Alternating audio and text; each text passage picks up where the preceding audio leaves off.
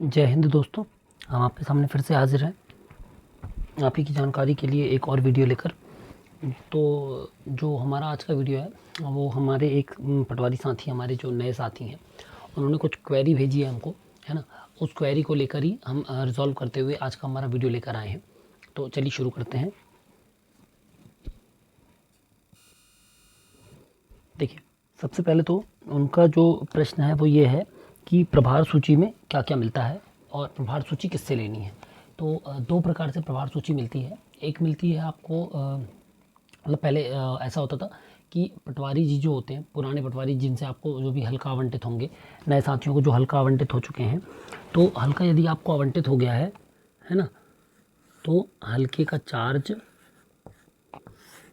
पटवारी जी द्वारा जो अभी पदस्थ होंगे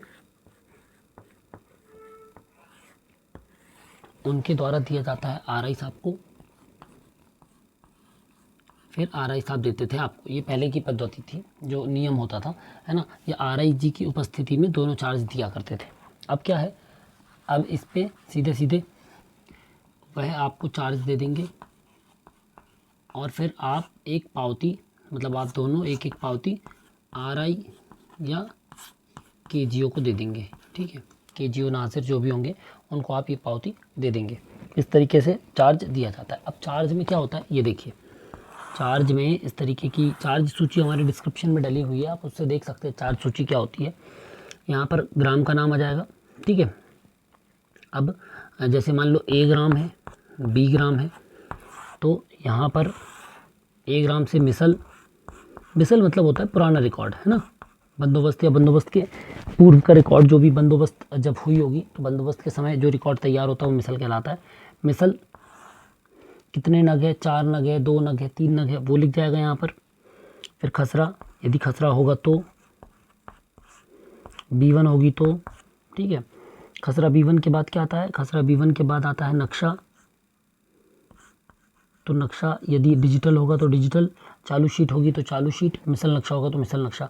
कितनी शीट हैं, 6 शीट हैं ए गांव की और 4 सीट हैं बी गांव की। ठीक है, B1 3 नग है, 3 जिल्द हैं ए गांव की और एक जिल्द, जिल्द यानी बाइंडिंग, है ना, जिल्द।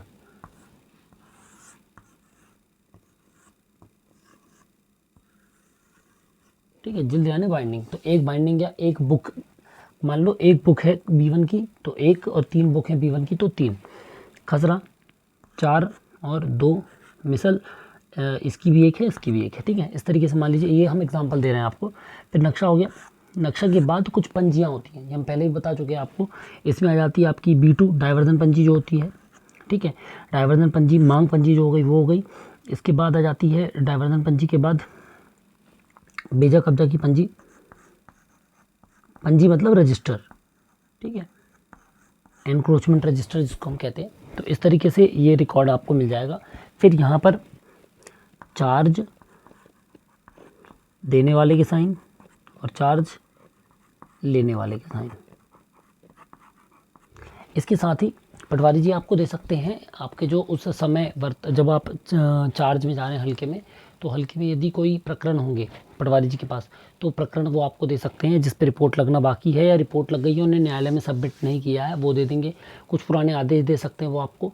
ठीक है, तो वो जो भी चीज़ें आपको देंगे वो इस पर मैंशन करेंगे। आप उसको देख लीजिए, मिला लीजिए किस कंडीशन में है। यदि सबकी कंडीशन लिखी हुई है तो ठीक है, नहीं लिखी तो आप सबको जांच करके यहाँ पर रिमार्क लिख दीजिए। त्रुटि जीर्ण शीर्ण अवस्था में आधी है ना, या कितने साल पुरानी है, या इस तरीके से इन सब के आगे विवरण लिख के फिर आप साइन कर दीजिए। जब आप मिला लें, आप संतुष्ट हो जाएं, तो आप इसको साइन कर सकते, कोई इसमें दिक्कत नहीं है ऐसा, है ना। इसको साइन करने के बाद एक कॉपी आप आरआई या केजीओ को दे दें। यदि आरआई नहीं है आपके यहाँ तो केजीओ को एक कॉपी दे दें सूचनार्थ कि हमने चार्ज ले लिया है। ठीक है, ये हो गई बेसिक सी बात। यहाँ पर ये उनका पहला पॉइंट था। तो मुझे नहीं लगता चार्ज से संबंधित किसी को कोई समस्या आएगी। तो आपको जो भी चार्ज, जो भी हल्का मिल रहा हो उसका चार्ज आप ले लीजिए, है ना, बिना संकोच के आराम से ले लीजिए, कोई दिक्कत नहीं है इसमें। फिर जो हाँ, दूसरी बात जो हमको, दूसरी चीज़ हमारे पटवारी जी ने पूछी है वो ये है, नए पटवारियों को हल्का मिलने के बाद रखने वाली सावधानियाँ। ये चलो बाद में लास्ट में बता देते हैं। फॉर्म सी, फॉर्म सी क्या होता है, बहुत सारे लोग इसको लेकर कई लोग कंफ्यूज हैं। फॉर्म सी क्या होता है, तो फॉर्म सी जो होता है, ठीक है, पटवारी जी द्वारा बनाया जाता है कब, जब कोई किसान केसीसी बनवाने जाता है, तो जब वो बैंक में किसान क्रेडिट कार्ड यानी कि अपनी भूमि, कृषि भूमि को गिरवी रखकर लोन लेता है, ठीक है, बैंक से लोन लेता है, तो उसको बैंक से लोन लेने के लिए कृषि भूमि गिरवी रखनी पड़ती है। तो उस कृषि भूमि को की जो जांच है या जो एक प्रमाण पत्र है जो ये प्रमाणित करता है कि ये व्यक्ति की ज़मीन है, उसी के फॉर्म बनता है, फॉर्म सी, जो कौन बनाते हैं, पटवारी जी। तो ये किसान लेकर जाता है पटवारी जी के पास, एक फॉर्म सी है, इसका फॉर्मेट है डिस्क्रिप्शन पर डला हुआ है, हमारे जो पूरे प्रतिवेदन के फॉर्मेट है, ऑल फॉर्मेट, उस पर फॉर्म सी डला हुआ है, फॉर्म सी लिखा रहता है इस पर ऊपर, है ना, इंग्लिश में या हिंदी में जो भी फॉर्म सी।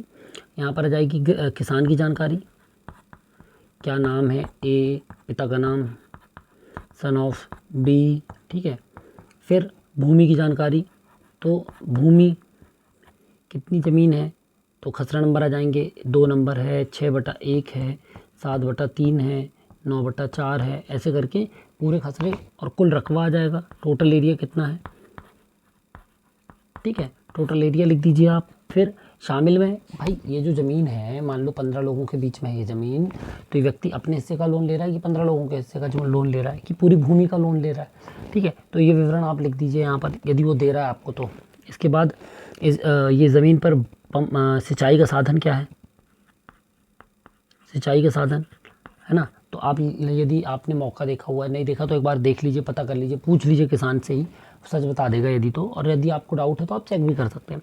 बोर है तो यहाँ पर लिख देंगे सिंचित है, और सिंचित का प्रकार, और यदि किसी प्रकार की कोई सिंचाई का साधन नहीं है तो आप वहाँ पर असिंचित लिख दीजिए, ठीक है।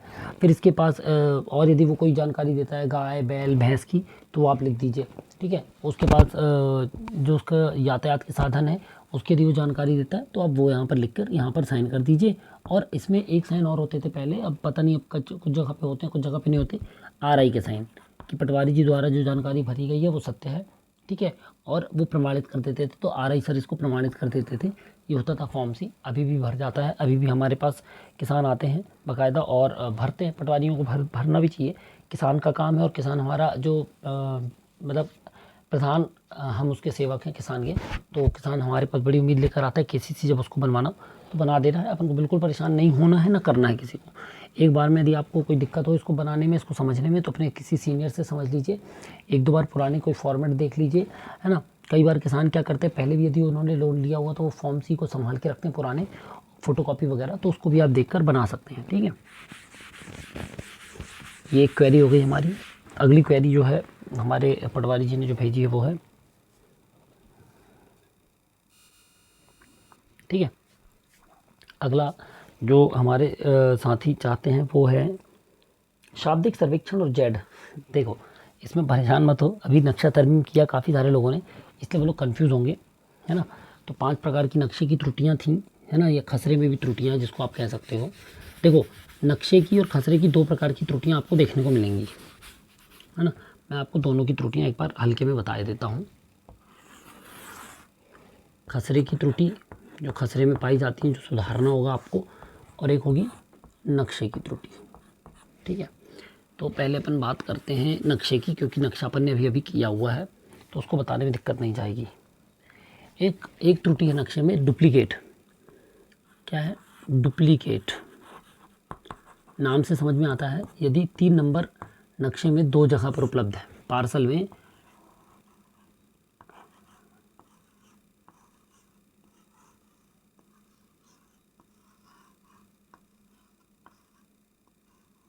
ठीक है, एक यहाँ पर लिखा हुआ 3 और यहाँ पर लिखा हुआ 3, तो ये डुप्लीकेट है ना। तो यहाँ पर हम मिसल से चेक कर लेंगे कि इसकी जगह पे कौन सा नंबर होना चाहिए और उस नंबर को सुधार देंगे, तो ये डुप्लीकेट यहाँ से सुधर जाता है। दूसरी त्रुटि आती है आपकी शाब्दिक, जो आपने अभी कहा, जो आप पूछ रहे हैं हमसे, शाब्दिक। तो शाब्दिक को आप समझिए ऐसे, ठीक है। शाब्दिक मतलब कि जहाँ पर भी खसरे में नंबर की जगह कोई और चीज़ दी हो, वो है शाब्दिक। जैसे कि 1 नंबर है, 3/1 नंबर है, यदि ये दिया हुआ है तो ये नंबर है, खसरा नंबर, इसमें शाब्दिक नहीं होगा। तो शाब्दिक मतलब Z1, Z2, XX, ठीक है, YZ 3/*2 बटा 2/2 का, ये वाले याद रखिएगा, सर्वेक्षण संख्यांक भी कहलाती थी ये। अब इनको चेंज कर दिया गया है, तो अब ये नंबर आ गया, का की जगह पे 1 आ गया, ठीक है। तो इसका वो चला था। इसके बाद साथ में आता है, यदि 3/1-2 लिखा हुआ है, 2-3 लिखा हुआ है, तो ये सारे क्या हैं, शब्द हैं। जिसमें भी सीधे सीधे नंबर की जगह पे कुछ और दिया हुआ है, वो सारे शाब्दिक में आएंगे, ठीक है। अब तीसरा है शामिल। देखो इसमें और उसमें जरा सा अंतर है। जैसे ये शाब्दिक था, शामिल कहता है जब कभी दो नंबरों के बीच में कॉमा लगाओ, क्या लगाओ, कॉमा, 3,4, तो ये हो गया शामिल, है ना। तो आप, ये शामिल त्रुटि है, इसको सुधारने के लिए मिसल या दूसरे जो नक्शे हैं, हमारे जो पुराने फ़र्द हैं, उनको देखकर हम नक्शे को काट सकते हैं मिसल के अनुसार, ठीक है। तो ये शामिल, ये सुधरते हैं बहुल से, ये सुधरता है बहुल से। ये जो है नक्शा नंबर अद्यतन से सुधर जाता है पटवारी की आईडी से। 40% पटवारी की आईडी सुधरते हैं, 60% तहसीलदार की आईडी से, ठीक है। तो शाब्दिक समझ में आ गया आपको। नंबर के अलावा जब कुछ और लिखा हो नक्शे में, तो वो शाब्दिक, जब बीच में लगा हो 2 नंबरों के, 3 नंबरों के, 4 नंबरों के, वह है शामिल, ठीक है। इसके बाद आता है अनलिंक। इसको ज़्यादा कंफ्यूज नहीं होना, बहुत सारे लोग इस पर कंफ्यूज हैं। ये 2 प्रकार का होता है, दोनों आपस में जुड़े हुए हैं। अनलिंक खसरा और अनलिंक नक्शा, ये जुड़े हुए हैं, कॉम्प्लीमेंट्री हैं।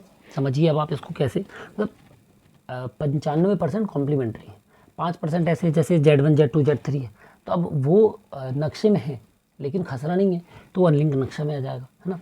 तो अब आप ऐसे समझो, अनलिंक यानी जो लिंक नहीं है। तो ऐसे खसरे जो नक्शे से लिंक नहीं है, यानी कि उनका खसरा तो मौजूद है लेकिन उनका नक्शा मौजूद नहीं है। अनलिंक नक्शे यानी ऐसे नक्शे जिनका नक्शा तो मौजूद है और खसरा मौजूद नहीं है। उदाहरण, 3 के हो गए बटांक,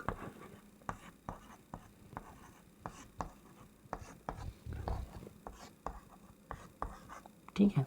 देखो 3 नंबर के 4 बटांक हो गए मौके पर वर्तमान में खसरे में, तो ये खसरे में है बटांक और ये केवल नक्शा लेकिन इसी का बना है। तो अब ये नक्शा है लेकिन इसका खसरा अब नहीं मौजूद है, तो ये हो गया अनलिंक का नक्शा। और इनके खसरे तो मौजूद हैं लेकिन इनका नक्शा मौजूद नहीं है, यानी ये हो गए अनलिंक खसरे। अब जब आप 3 नंबर के नक्शा काट देंगे तो ये भी दूर हो जाएगा और ये भी, यानी ये दोनों एक साथ सॉल्व हो जाएंगी, ठीक है। तो ये 5 त्रुटियाँ हो गई नक्शे की। यहाँ तक आपको समझ में आ गया होगा, इसमें कोई दिक्कत नहीं। अब हम आते हैं खसरे पे। खसरे में बहुत बेसिक सी विसंगतियां हैं। पहली तो है रिक्त भूमि स्वामी, ठीक है। जब 2018 में वेब GIS आया है और बहुत सारा डेटा पुश किया गया है वेब GIS में, तो क्या हुआ है, बहुत सारे जो 3 नंबर पे कॉलम पे नाम लिखे हुए थे वो उड़ गए हैं, है ना, वो खाली हो गए हैं। तो अब उस पर अपन लोग आवेदन लेकर या किसी के पुराने दस्तावेजों की जांच करके उनके नाम वापस चढ़ा रहे हैं। तो इस तरीके से एक है रिक्त भूमि स्वामी। दूसरा आया है शून्य क्षेत्रफल। शून्य क्षेत्रफल क्या होता है, जिसमें एरिया 0 लिखा हो, क्या लिखा हो, एरिया 0 लिखा होगा। तो हम इसमें क्या करते हैं, हम चेक कर लेते हैं कि वो शामिल में कहाँ पर है, वहाँ से उठाकर उसका एरिया लिख देते हैं। जैसे मान लो 3 नंबर का खसरा था और उसी पे उसका एरिया था 1.20, लेकिन अब गौर से आप देखेंगे तो 3 नंबर में ये लिखा हुआ, मतलब 1 नंबर पे ये था, 2 नंबर पे ये था, तो वहीं पर थोड़ा सा नीचे लिखा हुआ था 3/3, ठीक है। 3 का एरिया लिखा हुआ था 0.40, 4 का एरिया लिखा हुआ 0.50 और 5 का एरिया लिखा हुआ 0.30, यानी 3 खसरे इसमें शामिल हैं। तो ऐसे में क्या है, ये 3 के अंदर ये लिखे हुए थे और 4 में लिखा है 0 और 5 में लिखा है 0।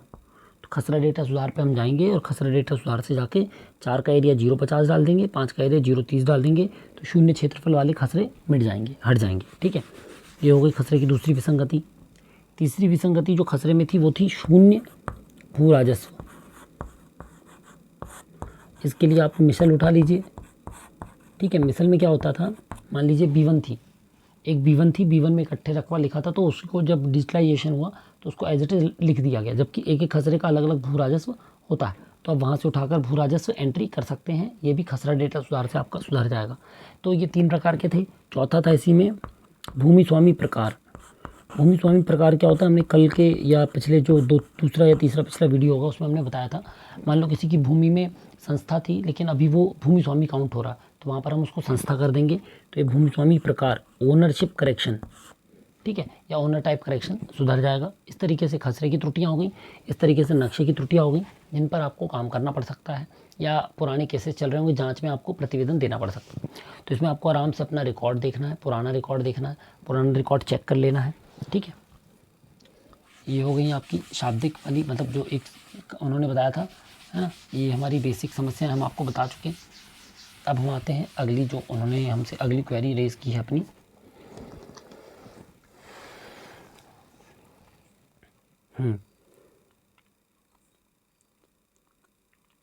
ठीक है, अब एक चीज़ उनका कहना है, तहसील कोर्ट की प्रक्रिया, समय सीमा और पुराने पटवारी द्वारा पेंडिंग कार्य। अब एक चीज़ आपको बता दें, जब आपको हल्के का चार्ज मिल गया तब पुराने पटवारी द्वारा पेंडिंग कार्य नहीं पूछा जाएगा, अब पूछा जाएगा आपके हल्के में पेंडिंग कार्य, ठीक है। तो जो भी आपको आदेश मिले उनको बड़े आराम से अवलोकन करें। देखिए क्या होगा, जब आप नए नए, अब जैसे आपको हल्का मिलेगा तो बहुत सारी चीज़ें एक्टिव हो जाती हैं कि जैसे आपने हल्का चेंज किया तो जो पुराने कुछ विवाद हैं जो पुराने पटवारी जी के टाइम पे नहीं सॉल्व हुए होंगे, तो वो आपके टाइम पे फिर से आ जाएंगे कि पटवारी जी इसको सॉल्व कर दीजिए। उन्होंने पीएम किसान नहीं भरा होगा क्योंकि कोई व्यक्ति अपात्र होगा, कोई व्यक्ति इनकम टैक्स पेई होगा, पति पत्नी दोनों को लाभ मिल रहा होगा, लेकिन जैसे ही आप आएंगे तो जैसे कोई नया व्यक्ति आता है, चार्ज बदलता है, वो फिर आ जाएगा। किसी का एक सीमांकन हुआ होगा 2 महीने पहले, आपको देखिएगा वो फिर सीमांकन का आवेदन करे। ये बहुत कॉमन चीज़ें हैं, बहुत होती हैं। तो इसके लिए आपको करना कुछ नहीं है, जिन पटवारी जी से आपको चार्ज मिलेगा उनसे मार्गदर्शन लेते रहना है, उनसे पूछना है कि भैया इसने आवेदन दिया है, सर इसने आवेदन दिया है, मैडम ये आवेदन दे रहा है ना, मैडम ये इसको क्या करना है, सर इसको क्या करना चाहिए, इसमें क्या नहीं है, पहली चीज़। दूसरी चीज़, आपको राजस्व न्यायालय का यदि कोई आदेश मिलता है तो उसका पालन करना आपकी जिम्मेदारी है। यदि आपको उस पर डाउट है, आपको क्वेश्चनेबल लग रहा है, वो उसमें आपको कुछ समझ में नहीं आ रहा है, तो आप तुरंत उसको मार्गदर्शन के लिए सक्षम न्यायालय को लिखिए कि सर इनका ए नाम से पे हटाकर बी नाम जोड़ने का आदेश हुआ है, ए नाम हटाकर बी नाम जोड़ने का आदेश हुआ है। तो ये जो ए का नाम हटाया जा रहा है, खसरे में तो ए का नाम मौजूद नहीं है, या जो बी का नाम जोड़ा जा रहा है ये व्यक्ति तो फौत हो गया है, या आपको आदेश समझ में नहीं आ रहा है, तो कृपया कर उचित मार्गदर्शन प्रदान करने की कृपा करें। ऐसे करके आप अपना आदेश, जैसे ही आपको आदेश मिले उनको कर दें, ठीक है। कोई टाइम लिमिट नहीं होती इसकी, इसको आप ये मान के चलिए यदि न्यायालय ने आदेश किया है तो आपको उसको दुरुस्त करना है, और जितना जल्दी कर सके उतना जल्दी करना है। इसमें ये नहीं कि 3 दिन बाद करेंगे, 7 दिन बाद करेंगे, 15 दिन बाद करेंगे। यदि कोई लिखित आपत्ति आपके पास नहीं है तो आप किसी भी आदेश को अमल करने से नहीं रोक सकते। यदि आपको रोकना है तो आप उसमें विधिवत नियम अनुसार मार्गदर्शन मांग लीजिए, पुनरावलोकन में आवेदन दे दीजिए, उसको पुनरावलोकन में लगा दीजिए कि सर इसमें गलत आदेश हो गया है, संशोधन आदेश होने की ज़रूरत है। तो इस तरीके से न्यायालय की प्रक्रिया है। सिंपल न्यायालय की प्रक्रिया समझिए, कोई भी व्यक्ति आवेदन करेगा,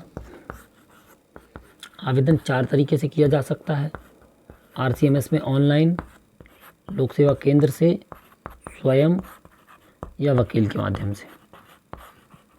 वो उसने आवेदन किया, न्यायालय में गया। अब न्यायालय क्या है, अलग अलग न्यायालय होते हैं, हो सकता है तहसील, सबसे पहले तो नायब तहसीलदार का कोर्ट है, ठीक है, तहसीलदार का कोर्ट है, तहसीलदार का कोर्ट हो गया, SDM का कोर्ट है, फिर ADM का कोर्ट है, और ADM के कोर्ट के बाद आ जाता है आपका कलेक्टर कोर्ट है, ठीक है। ये रेवेन्यू कोर्ट्स की बात कर रहा हूँ केवल मैं। इसी के साथ नजूल कोर्ट भी होता है, नजूल धारणाधि कोर्ट। तो ये रेवेन्यू कोर्ट्स हैं, यहाँ पर आवेदन आता है, न्यायालय आवेदन से यहाँ पर आता है, यहाँ पर आवेदन की जांच की जाती है, फिर इसमें मांगा जाता है प्रतिवेदन, प्रतिवेदन या रिपोर्ट।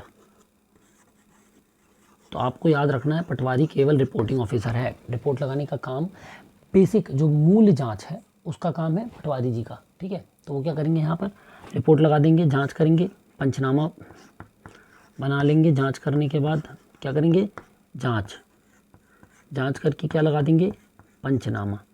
पंचनामा लगाने के बाद वापस कहाँ चला जाता है ये, न्यायालय में, ठीक है।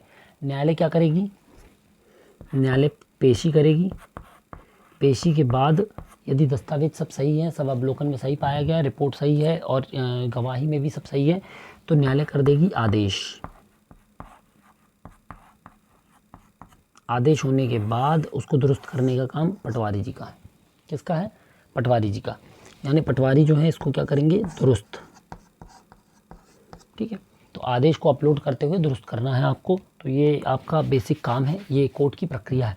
कोई भी कोर्ट हो, प्रक्रिया यही है, रिपोर्टिंग लगाने के बाद एक बार जांच के बाद पेशी में जाएगा। पेशी में जाने के बाद यदि रिपोर्ट में कुछ कमी पाई गई तो फिर से कोर्ट आपको लिखेगा कि सही रिपोर्ट लगाएं। पेशी में उन्होंने बोला कि जो पटवारी जी रिपोर्ट लगाए हैं वो गलत है, त्रुटिपूर्ण है, तो दोबारा जांच के लिए आपको कहा जाएगा।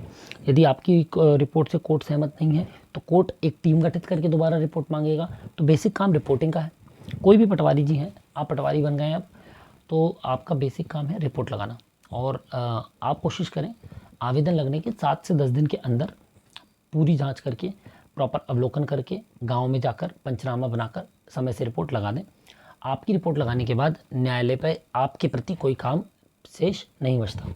आदेश होने के बाद आपको केवल पालन करना है। यदि पुराने पटवारी जी द्वारा कोई आदेश करवाया गया था, उनके द्वारा कोई रिपोर्ट लगवाई गई थी और न्यायालय ने आदेश कर दिया, तो आपका काम है पालन करना।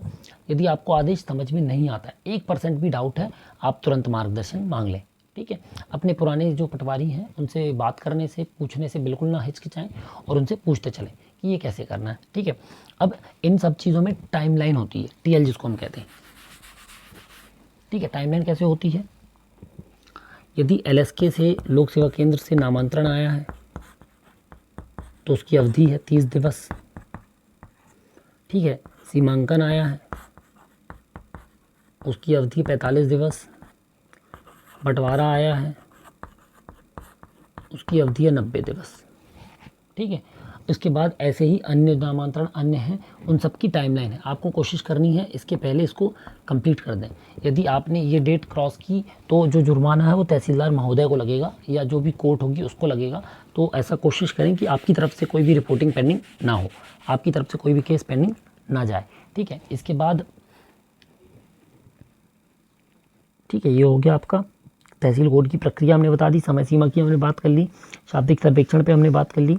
अब आप समझिए दूसरी जो एक महत्वपूर्ण चीज़ है, किसी भी स्तर पे आपका काम कोई पेंडिंग रह गया या आपके कारण कोई काम पेंडिंग रह गया तो क्या होगा, तो वह व्यक्ति या तो उस काम की, उस आदेश की अपील करेगा। इनके ऊपर जो कॉन्जिक्यूटिव कोर्ट्स हैं उन पे अपील होगी। अपील नहीं कर पाएगा वो, तो वो CM हेल्पलाइन करेगा, 181 पे फ़ोन करेगा, वह जन सुनवाई में जाएगा। ठीक है, इसके अलावा वो डाक से शिकायत कर सकता है। ठीक है, इसके अलावा वो मेल कर सकता है, व्हाट्सएप पे कंप्लेन कर सकता है, फ़ोन पे कंप्लेन कर सकता है कि आपके द्वारा, पटवारी जी के द्वारा कोई काम नहीं हो रहा है। ठीक है, तो आपको वह काम करना ही पड़ेगा। इससे अच्छा ये है कि जब आपको समय अनुसार आवेदन मिल रहा है तो समय पर उसकी रिपोर्ट लगा दें, ताकि किसान परेशान ना हो। क्योंकि आपका मुख्य दायित्व है उस किसान का काम करना। और काम क्या है, जो न्यायालय आपसे कह रहा है। क्या कह रहा है न्यायालय आपसे, जांच करके रिपोर्ट लगाए, जो मौके पर है, बिना किसी बायसनेस के, बिना किसी पक्षपात के, बिना किसी भेदभाव के, बिना समय गंवाए। ठीक है, आप समय से रिपोर्ट लगा लें, जांच करके मौके पर सबको बुलाकर पंचनामा बनाकर। ठीक है, और कोशिश करें कि जो भी रिपोर्ट आप बना रहे हैं, जो भी पंचनामा आप बना रहे हैं, सामने बनाएं, जनप्रतिनिधियों के साइन कराएं, ताकि इससे ये ना वो हो कि आपने मन से रिपोर्ट बना दी, घर पे रिपोर्ट बना दी। जो आप मौके पर देख रहे हैं, जो आप पा रहे हैं, उसी की आप रिपोर्ट बनाएं। ठीक है, तो ये हो गई टाइमलाइन पे यदि काम नहीं होता है तो इन्हीं चीज़ों को टीएल, यानी जो हर सोमवार को कलेक्ट्रेट में कलेक्टर महोदय द्वारा हर विभाग की समीक्षा की जाती है, इनकी यदि कोई शिकायत है वो टीएल में भी जाती है, टाइम लिमिट जिसको हम कहते हैं। ठीक है, अब जो सबसे महत्वपूर्ण है वो है सावधानी। नए पटवारी को सावधानी वाली बात। देखो, सबसे पहली बात, आपको जब हल्का मिला ना, तो आपका सबसे महत्वपूर्ण काम है हल्के को समझना, गाँव को समझना, किसानों को समझना। किसान जो होते हैं बड़े संवेदनशील होते हैं, वो बहुत ही भावुक टाइप के होते हैं। उनका काम यदि नहीं होगा तो वो परेशान होंगे। उनके पास मीडिया नहीं है, उनके पास मंत्री जी नहीं है, विधायक जी नहीं है, उनको मतलब सब उन्हीं के लिए हैं, लेकिन इतना आसान उनकी अप्रोच नहीं है, उतना ईजिली वो पहुंच नहीं सकते उन तक। तो उनके लिए सबसे पहला और सबसे अंतिम व्यक्ति जो है शासन का, वो आप हैं, एक पटवारी है। तो आपका काम है समय से काम करना। कोई व्यक्ति आता है उसको सुनना, सबसे इंपॉर्टेंट काम है सुनना। यदि आप किसी किसान की व्यथा सुनते हैं, उसकी परेशानी सुनते हैं, और आपको यदि उसका निराकरण पता है तो उसको निराकरण बता दीजिए, और निराकरण नहीं पता है तो आप उसको उचित माध्यम बता दीजिए कि दादाजी हमको नहीं पता है, आप 2 दिन बाद हम आपको बता देंगे। किसान को बता दीजिए कि वह आपको कितने से कितने बजे तक फ़ोन कर सकता है, उसका फ़ोन अवश्य उठाएं। ठीक है। अब यहाँ पर एक समस्या हमारी महिला साथियों को, बहनों को हो सकती है कि फ़ोन अभी तक उनके लिए कॉमन नहीं था, लेकिन अब आपके लिए बहुत कॉमन रहेगा। कभी भी किसान फ़ोन करते हैं तो आप उसको थोड़ा सा किसानों को भी बताएं कि दादाजी, भाई साहब, है ना, दीदी, अम्मा, माताराम, आप हमको फ़ोन करें 10 से 6 के बीच में, हम बराबर उठाएंगे, बराबर जवाब देंगे। जवाब नहीं दे पा रहे हैं तो हम आपको कॉल बैक करेंगे। ठीक है। उनको आप अपनी तरफ से पहले से कन्वे करेंगे तो वो 6 बजे तक आपसे को फ़ोन करेंगे, 6 बजे तक आप उनकी समस्याओं को सुने। यदि आप 6 से बजे के बाद भी किसानों को सुनने की वो करते हैं अदर देन इमरजेंसी, तो आप परेशान होंगे। क्योंकि देखिए 6 बजे के बाद यदि आप काम कर रहे हैं तो आप फैमिली टाइम नहीं दे पाएंगे। पटवारी की नौकरी जो है, या राजस्व की जो नौकरी है वर्तमान समय में, बहुत हेक्टिक है ना। तो आप खुद के लिए समय नहीं निकाल सकते, तो परिवार के लिए तो बहुत दूर की बात है। तो इसलिए आप नए हैं, आप अभी से जो सिस्टम मतलब जो बना लेंगे अपने लिए, जो प्रथाएं आप अपने हिसाब से बना लेंगे, ढाल लेंगे, उसमें आपको काम करना आसान होगा। तो कोशिश करें 10 से 6 काम करें, किसानों के साथ कम्युनिकेशन करें, हल्के के लिए दिन निर्धारित कर लें, गांव के लिए दिन निर्धारित कर लें। आप तहसील जाएँ ना जाएँ, कलेक्ट्रेट जाएँ ना जाएँ, ऑफिस जाएँ ना जाएँ, गाँव ज़रूर जाएँ, किसानों के साथ बैठे ज़रूर, उनकी समस्याओं को सुने, उनके बेसिक कामों को करें, जो उनके होने वाले काम है, नियमानुसार जो भी कार्रवाइयाँ होती हैं। अपनी तरफ से कोई भी काम लंबित मत रखिए। जब आप गांव में जाएं तो मैंने पिछले वीडियोज़ में भी बताया था, अपने सरपंच का नंबर ले लीजिए, कोटवार का, जीआरएस का नंबर ले लीजिए, पुराने पटवारी जी से वहाँ काम करने वाले आंगनवाड़ियों कर्ताओं का, हॉस्पिटल्स का, ठीक है, उनका नंबर ले लीजिए। इसके साथ ही आप वहाँ के हिस्ट्री शीटर्स का नंबर और नाम ले लीजिए, कौन से व्यक्ति संदिग्ध हैं, किन का काम, मतलब कौन किसका काम आपको और अत्यधिक सावधानी से करना है। ठीक है। इस तरीके से चीज़ें देख लीजिए। साफ साफ कहेंगे, आप बचिए, है ना, दलालों से बचिए। बहुत सारे ऐसे लोग मिलेंगे आपको जब आप गांव जाएंगे, जो बोलेंगे अरे पटवारी जी मैं आप तो बस आप तो बस साइन कर देना, मैं रिपोर्ट। कोई ज़रूरत नहीं है, आप अपना काम करिए। आपको न्यायालय वेतन देती है, सरकार वेतन दे रही है, आप समय से काम करें, रिपोर्ट लगाएं। अन्य उसमें जाएंगे तो आप अपने साथ साथ अपने परिवार का, राजस्व का, शासन का, सबका नुकसान कर रहे हैं। शासन आपको, मैं मानता हूँ कि पटवारी की जॉब अंडर पेड है। तो जो हमारे नए साथी हैं उनसे यही आग्रह है, आप तैयारी करिए, अच्छी पढ़ाई करिए, स्विच करिए, लेकिन कोई भी ऐसा काम ना करें जिससे आपको और आपके परिवार को हर्जाना भरना पड़े, है ना। सम्मान से नौकरी करिए, किसानों की दुआएं लीजिए, अच्छा काम करिए, कोई बुराई की बात नहीं है। सावधानी यही है कि आपको जो भी रिकॉर्ड मिल रहा है उसको अच्छे से अवलोकन करें। कोई भी काम हड़बड़ी में मत कीजिए, कोई भी काम जल्दबाजी में मत कीजिए। कोई आपसे कुछ भी कहे उसको लिखित में लीजिए। कोई यदि आपसे मौखिक कोई बात कह रहा है तो उसका पालन बिल्कुल मत करिए, बिल्कुल भी मत करिए। ये साफ साफ हमारा आपको सुझाव है। बाकी आपकी मर्ज़ी है, हर चीज़ को रिकॉर्ड में रखिए। आप एक अलग से, कल ही जब आप हल्के का चार्ज ले रहे हैं उसके दूसरे दिन से एक रजिस्टर बना लीजिए।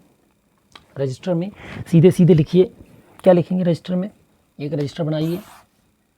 इस रजिस्टर में साफ लिखिए, यहाँ पर लिखिए क्रमांक, यहाँ पर लिखिए जावक विषय, ठीक है, यहाँ पर लिखिए दिनांक, और यहाँ पर एक चीज़ और लिख दीजिए, प्रकरण क्रमांक। अब क्या लिखना है ये समझिए आप, ठीक है। 1 नंबर पे जावक में लिखा आपने राम कुमार की फौती का प्रतिवेदन, ठीक है। यहाँ पर प्रकरण क्रमांक आपने लिखा 0212 8/6/24/25, ठीक है। अब आप इसकी रिपोर्ट किसको दे रहे हैं, जिसको भी दे रहे हैं उनके साइन करा के से वो ले लीजिए डेट, ठीक है। वो मतलब वो खुद ही भर देंगे, हस्ताक्षर और दिनांक कर देंगे आप यहाँ पर। इस तरीके से आप जो भी कागज़ किसी को दें, किसी भी व्यक्ति को दें, अधिकारियों को छोड़कर अब डायरेक्ट आप कलेक्टर, तहसीलदार और एसडीएम से साइन नहीं करवा सकते उसमें। तो आप कोशिश करें कि आप जो भी दस्तावेज़ दें या तो उनके बाबू को दें या आवक जावक में दें, और इस पर साइन करने से कोई मना नहीं करता है, आप बाकायदा साइन करें। आप लिखित में लीजिए और लिखित में दीजिए। कम्युनिकेशन प्रॉपर रखिए, इस रजिस्टर को संभाल कर रखिए। आप जो भी रिपोर्ट लगाएं कोशिश करें या तो उसकी फ़ोटो खींच के गूगल ड्राइव पे सेव करके रखें, और यदि वो नहीं कर सकते हैं तो कार्बन कॉपी से उसकी डबल रिपोर्टिंग करें। ठीक है, कोई भी रिपोर्ट बनाए तो उसकी 2 कॉपी कर लें। तो इस तरीके से ये बेसिक सावधानियाँ हैं जो आपको बरतनी है। अपने रिकॉर्ड को अच्छे से चेक कर लेना है। जैसी आपको आईडी मिल जाती हैं, आपकी आईडी चालू हो जाए, वेब जीआईएस चेक कर लो, सारा चेक कर लो, सब में एक सा नक्शा दिख रहा है, सारा में गाँव जवाब जाओ लोकेशन चेक कर लो, नक्शा सही जियो रेफरेंस है या नहीं है। ठीक है, ये बेसिक सी काम है, ये बेसिक सी आपकी सावधानियाँ बरतने की ज़रूरत है। इसके अलावा और यदि किसी को कोई डाउट्स हो तो हमको ज़रूर कमेंट बॉक्स में बताएं, हम उनको सॉल्व करके उनकी मदद करने की कोशिश करें। मिलते हैं फिर अगली वीडियो में, तब तक अपना ख्याल रखें। जय हिंद।